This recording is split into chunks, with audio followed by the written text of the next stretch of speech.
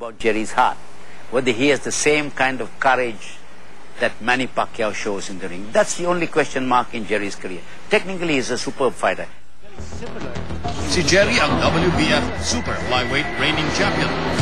Noong mga taong 1997 at 2000, napanalunan rin ni Jerry ang koronang WBC Super Flyweight. Current WBC International Super Flyweight Champion, Jerry Peñalosa! Nakilala si Jerry ng buong mundo dahil sa kanyang bilis at lakas sa pagsuntok. Partikular niyang ibinamalas ang kanyang husay sa boxing nang matalo niya si Keiji Yamaguchi ng Japan na bumagsak sa unang round lamang ng laban. Pag pumasyal ka ng department store, dati walang kilala sa'yo. Minumura ka pa. Ngayon, kala lang sino na, kahit na huli ka, yung pila-pila dyan, ikaw pa mauna dahil sikat ka daw eh. Yun ang mahirap dahil hindi tayo sanay dyan. Tapos mahiya ako sa sarili ko. Parang sino. Si Jerry ay nagmula sa pamilya ng mga boksingero. Siya ang nakababatang kapatid ng dating world champion na si Dodi Boy Peñalosa. Kaya naman sa tuwing may laban si Jerry, todo suporta ang kanyang pamilya. Kanyang pagkaboksingero, talaga matagal yan yung bata dahil kasi pag-ulit tayo. Sabi yun, never stop trading. Ganon ang sinabi ko sa kanyang lagi. Sa kasalukuyan, kahit nawala na sa kanya ang mga kamay ang dalawang world title, si Jerry ay patuloy pa rin pumupunta sa Ilorde Boxing Gym sa Parañaque upang mag-ensayo. Anya, marami na siyang natutunan sa kanyang mga pagtatalo at ninanais niyang bumangon muli. At least nung natalo ko, na-experience kong mga mali ko ang gawa. Like yung mga ensayo, baka may kulang ako. Kaya tulungan namin ng mga kapatid ko. Yan, nakabawi rin. Masaya at itong salamat sa Panginoon natin.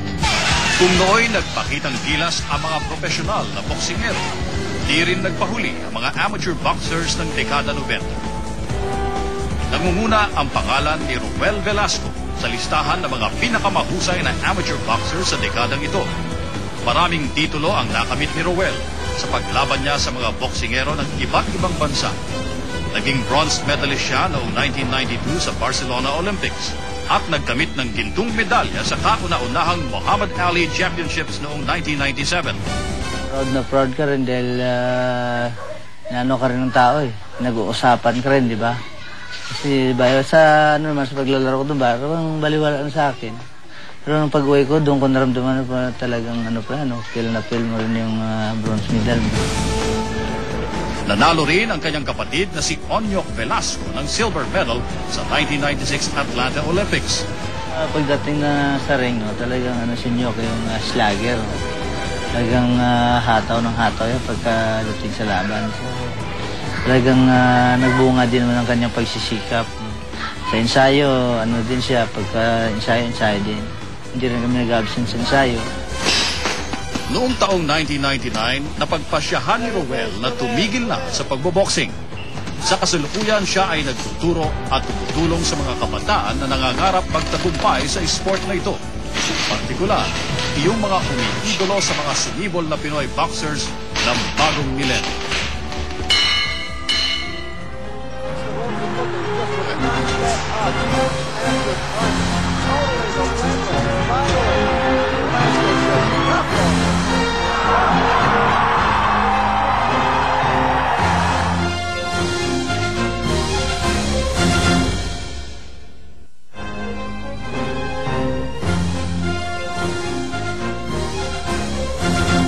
Sa pagpasok ng bagong milenyo, mayroong bagong pangalang tila batingaw na pumailan lang sa larangan ng boxing sa buong mundo. Sino nga ba ang hindi nakakakilala kay Manny Pacman Pacquiao na ngayon po'y mayroong nanalapit na laban kay Eric El Terrible Morales na tinaguriang The Battle. Paano nga ba nagsimula ang karir sa boxing ni Manny? Edo po, ating balikan.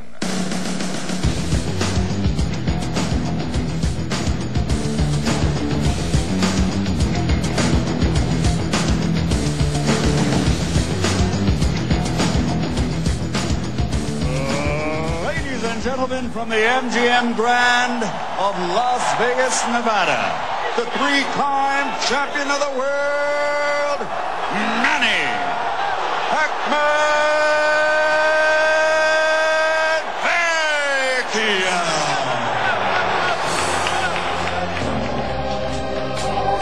Sa kabila ng kanyang tagumpay, marami ang hindi nakakaalam sa hirap na pinagdaanan ni Pacquiao bago niya narating ang tinatamasang tagumpay ngayon. Nagkaroon yata siya ng mga some street fights at parang napansin niya yung mga suntok na binibigyan niya sa mga kalaban niya, bumabagsak. Kanya sabi niya, mukha yatang malakas ako, no? He began to fight yung mga carnival shows, gano'n, yung mga amateur fights.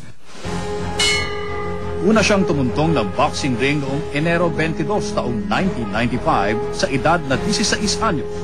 Sa edad na ito niya natalo si Edmund Enteng Ignacio nang magsagupa sila sa Occidental Mindoro.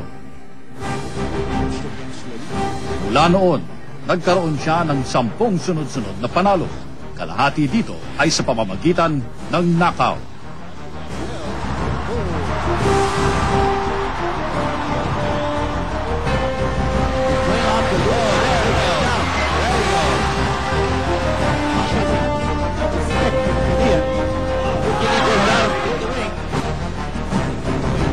Pero nang makatapat niya si Rustico Torrecampo sa Mandaluyong City, unang nakatikim ng pagkatalo si Manny. Pinabagsak siya ni Torrecampo sa ikatlong round ng kanilang laban.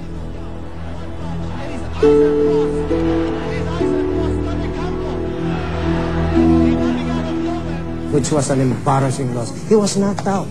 But that did not deter him na magpursige. Yung laban na yung kay Rustico Torrecampo, hindi nag-insayo halos si Manny, no? In fact, overweight siya. Nabigyan nga siya ng penalty ng Games and Amusements Board by wearing bigger gloves kasi hindi niya nakuha yung timbang, eh. Naghimagsik si Manny at pinatumba ang lahat ng 12 boksingerong inilaban sa kanya.